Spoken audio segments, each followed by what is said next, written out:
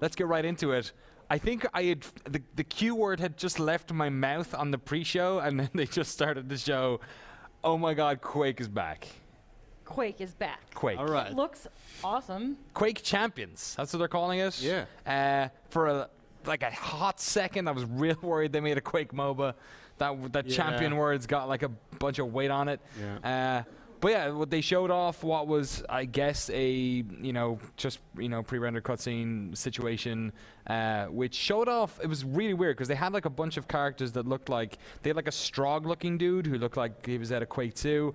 They had a sort of futuristic version of what looked like Sarge, who was like the main character in Quake 3, main skin. But they didn't really show off all that much. It was just kind of a bunch of different what it looked like was kind of like different characters with unique abilities, which is not what Quake was about, but who knows. Tomorrow, what did you think it is? I think it looks, I thought it was really interesting. Like it's taking what we expect from a classic Quake type game and trying to introduce more modern conventions. Modern shooters are all about unique, defined, like class-based or whatever. Yeah, almost class-based. Like people have they tend to shy away from calling it class-based now. They instead say like ability-based, or they build characters with unique styles and kind of let people just play to those classes without using a boring buzzword like class-based. And like what we're looking at here is you can see what looks like a lightning gun. I mean, that's straight up a Quake rocket launcher. There's that green one kind of looks like a railgun shot, even though it's maybe a bit on the fat side. Yeah, I am now just wanting to go to QuakeCon. Because they said, yo, we're making a new Quake game. We'll show it off at QuakeCon because it's called QuakeCon and we haven't shown a Quake there for a while. Yeah, what do you think, Mike?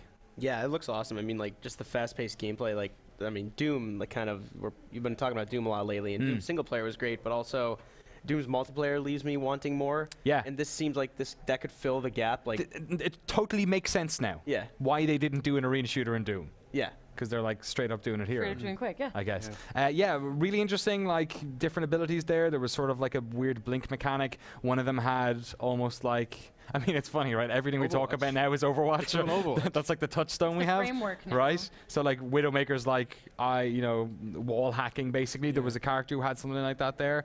I mean, there was pickups as well. There was somebody picking up something that looked a little bit like quad damage. So yeah, I think the interesting thing there was like they said two things that kind of caught my attention. One was it's going to run at 120 hertz with uncapped frame rates. Yeah, which means you can play till your eyes bleed and whatever. The other thing is said like they specifically name checked like new people.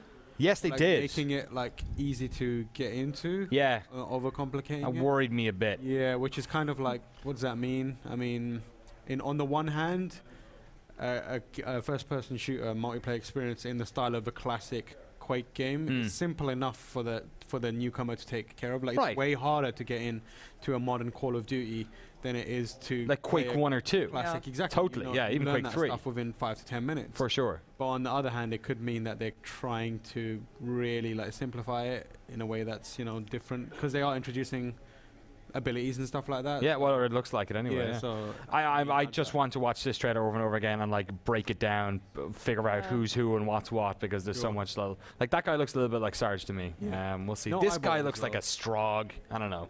We'll have to wait and see. Yeah, well, I guess we'll find out soon enough, or QuakeCon later this year, some more about it. The final piece about this, tomorrow you said Saber Interactive are working on this? Yeah, it looks like Saber Interactive, who developed Time Shift and have since done the Halo Anniversary Edition. Yes. Are working on this game in some capacity alongside id Software.